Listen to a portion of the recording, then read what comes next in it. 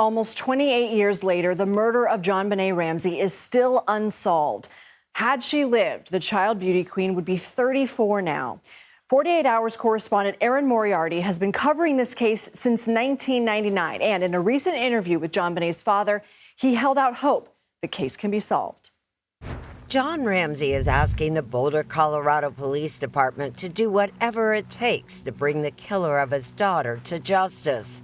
A killer who he believes had entered their home while the family had Christmas dinner at a friend's house. I think he was hiding. I think he waited till we fell asleep and then murdered JonBenét. The 6-year-old was found bludgeoned and strangled in the basement of the family home on December 26, 1996. It was a media sensation, a child beauty queen, a strange ransom note. For years, suspicion fell on her parents, who always insisted they had nothing to do with their daughter's death. Here is Patsy Ramsey being interrogated in 1998. Go back to the damn drawing board. I didn't do it. John Ramsey didn't do it, and we didn't have a clue of anybody who did do it. The couple was never charged. Patsy Ramsey died of cancer in 2006 at the age of 49, and not much has changed in the investigation. John, do you believe this case could be solved? Yes, I do. If the police will take advantage of all the technology that's available to them. Ramsey says there are 7 items from the crime scene that still need to be tested, including the garrote used to strangle JonBenét, the suitcase found in the basement of the Ramsey home, and a rope found in a guest bedroom. The Boulder Police Department insists that it is doing everything it can.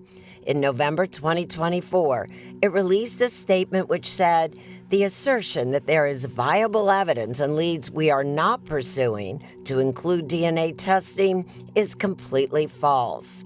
Now 81, John Ramsey is remarried and determined to clear his family's name.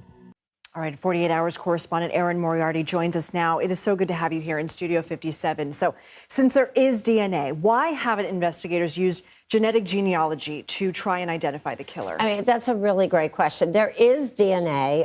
They've had it for years. It is unidentified male DNA. It does not match anyone in the Ramsey family. And John Ramsey, almost since the Golden Gate killer case, which is when we first learned about genetic genealogy, has been asking it to be used. What we don't know exactly is whether the Boulder police have tried to do it. They're not saying what they've done. But John Ramsey has been told that that DNA that exists, while it was sufficient to be able to be put in CODIS, which is the FBI database, it is not, because it was mixed with his daughter's blood, it is not the right format to be able to be put into a public database. But he's also been told that some of these labs, if not now, will be able to soon be able to put it in the right format, because he is convinced that DNA is going to solve this case. After all these years, does he say whether he would have done anything differently? You know, I asked him that. He says that when he and Patsy moved from Atlanta to Boulder, they thought, oh, we've moved from a big city to a small town. And he does say he feels that they may have been too complacent about their safety. And, of course, I asked about the beauty pageants, because so many people back then were critical of that. And he said he had mixed feelings about it. He would have preferred to stay more private. But that, if you remember, Patsy Ramsey at that point was recovering from cancer. And she and JonBenét, as he said, really enjoyed doing that together. It was something they could do together. They were not aware of how many registered sex offenders lived in the area, or just how somebody could come into your home. What else can we expect from this latest report? Well, so, of course, more from John Ramsey. Also, I think that if people still have questions about this case, I think we answer many of them. Okay. And we also bring back this interview, one of the last interviews that John and Patsy did together. They gave us amazing access. There's one point when I was talking to her, You know, like when she appeared on TV, she'd be all made up, wearing a wig. But when we were with her, she didn't have any makeup on. She didn't have her eyebrows. She was bald under the wig.